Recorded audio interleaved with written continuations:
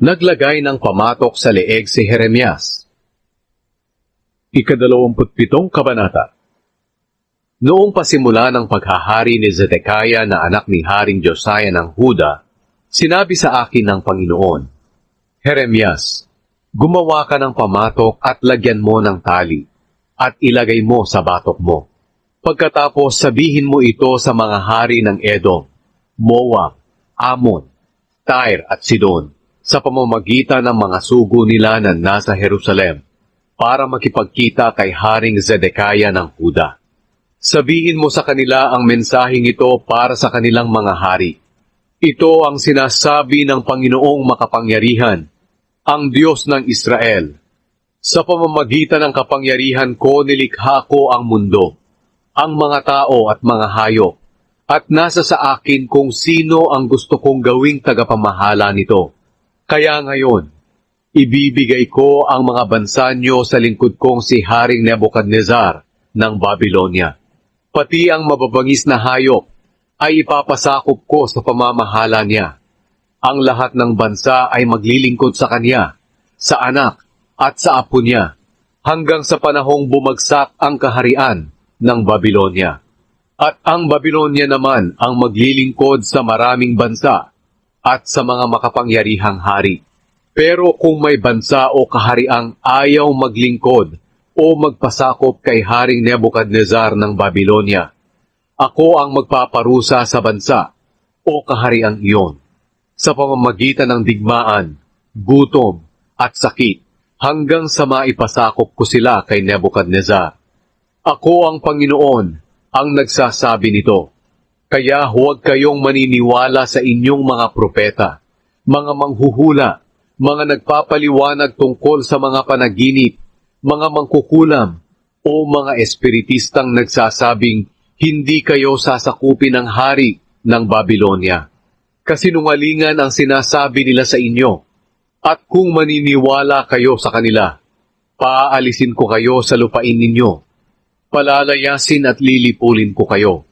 Pero ang mga bansang magpapasakop at maglilingkod sa hari ng Babylonia ay mananatili sa sarili nilang bayan. Dito sila maninirahan at bubungkalin nila ang kanilang sariling lupain. Ako ang Panginoon ang nagsasabi nito. Ito rin ang sinabi ko kay Haring Zedekiah ng Huda. Sinabi ko, magpasakop kayo sa hari ng Babylonia, maglingkod kayo sa kanya at sa mga mamamayan niya, at mabubuhay kayo.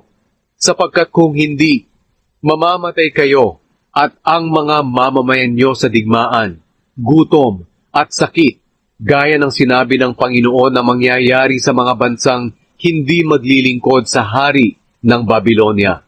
Huwag kayong maniwala sa sinasabi ng mga propeta na hindi kayo sasakupin ng hari ng Babylonia, dahil kasinungalingan ang sinasabi nila sa inyo. Ito ang sinasabi ng Panginoon. Hindi ko sinugo ang mga propetang iyan. Nagsasalita sila ng kasinungalingan sa pangalan ko. Kaya kung maniniwala kayo sa kanila, palalayasin ko kayo at lilipulin, pati ang mga propetang iyan. Pagkatapos, sinabi ko sa mga pari at sa lahat ng tao, sinabi ng Panginoon na huwag kayong maniniwala sa mga propetang nagsasabing malapit ng ibalik ang mga kagamitan ng templo mula sa Babylonia. Kasinungalingan iyan. Huwag kayong maniniwala sa kanila. Maglingkod kayo sa hari ng Babylonia at nang mabuhay kayo. Kinakailangan pa bang mawasak ang lungsod na ito? Kung talagang mga propeta sila at galing sa Panginoon ang sinasabi nila. Manalangin sila sa Panginoong makapangyarihan na ang mga kagamitang naiwan sa templo, sa palasyo ng hari ng Huda at sa Jerusalem ay huwag nang dalhin sa Babylonia. Sapagkat sinasabi ng Panginoong makapangyarihan na ang mga tansong haligi ng templo, ang lalagyan ng tubig na tinatawag na dagat, mga karwahe at ang iba pang mga kagamitan sa lungsod na ito ay dadalhin sa Babylonia. Ang mga nasabing kagamitan ay hindi dinala ni Haring Nebuchadnezzar sa Babylonia noong binihag niya si Haring Jehoiakim na anak ni Haring Jehoiakim ng Huda. kasama ng mga tagapamahala ng Huda at Jerusalem. Pero ngayon, ito ang sinabi ng Panginoong makapangyarihan, ang Diyos ng Israel. Dadalhin sa Babylonia ang mga kagamitang ito at mananatili roon hanggang sa dumating ang araw na kukunin ko ito at ibabalik sa Jerusalem.